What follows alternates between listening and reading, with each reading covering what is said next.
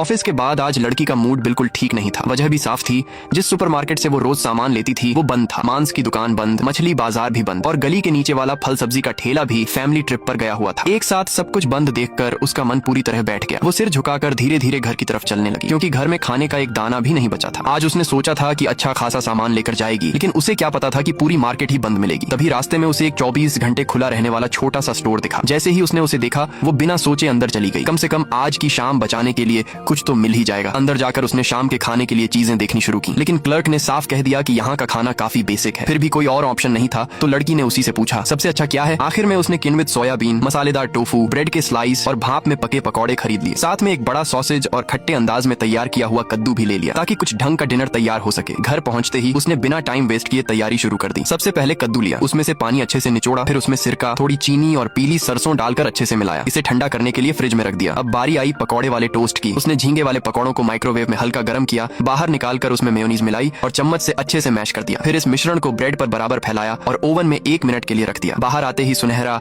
कुरकुरा टोस्ट तैयार था। इसके बाद उसने सॉसेज के लिए सॉस बनाया, मेयोनीज में क्रीम मिलाई, फिर उसमें भरपूर करी पाउडर डालकर एक गाढ़ा सॉस तैयार किया। सॉसेज को काटकर पैन में डाला और दोनों तरफ से हल्का सा कुरकुरा होने तक सेक लिया। फिर प्लेट में सजाया। अब आखिरी डिश किनवित सोयाबीन और मसालेदार टोफू, दोनों को मिलाकर अच्छे से चलाया और ऊपर से तीखी मिर्च का भरपूर छिड़काव किया। बस पूरा खाना तैयार। अब सबसे जरूरी पल, उसने कैन खोला, बियर को ठंडे गिलास में डाला और पहला घूंट लिया। आज की लगभग खराब हो चुकी शाम को बचाने के लिए सबसे पहले सॉसेज खाया। बाहर से हल्का कुरकुरा, अंदर से नरम और ऊपर से क्रीमी, हल्का मीठा तीखा करी सॉस। हर बाइट में मजा ही मजा। फिर कद्दू खट्टा, मीठा और ताजगी से भरा, बियर के साथ एकदम परफेक्ट। अब टोफू और किनवित सोयाबीन, नरम गाढ़ा और गहरा स्वाद, एक अलग ही लेवल का कॉम्बिनेशन। फिर टोस्ट, झींगे वाले पकौड़ों का फ्लेवर, मेयो की क्रीमीनेस और ब्रेड की कुरकुराहट, ऐसा कि रुकना मुश्किल हो जाए। धीरे धीरे प्लेट खाली हो गई और आखिर में उसने बियर का आखिरी घूंट लिया। आज की शाम भले ही खराब शुरू हुई थी, लेकिन उसने इसे फिर भी अपने तरीके से परफेक्ट बना ही लिया।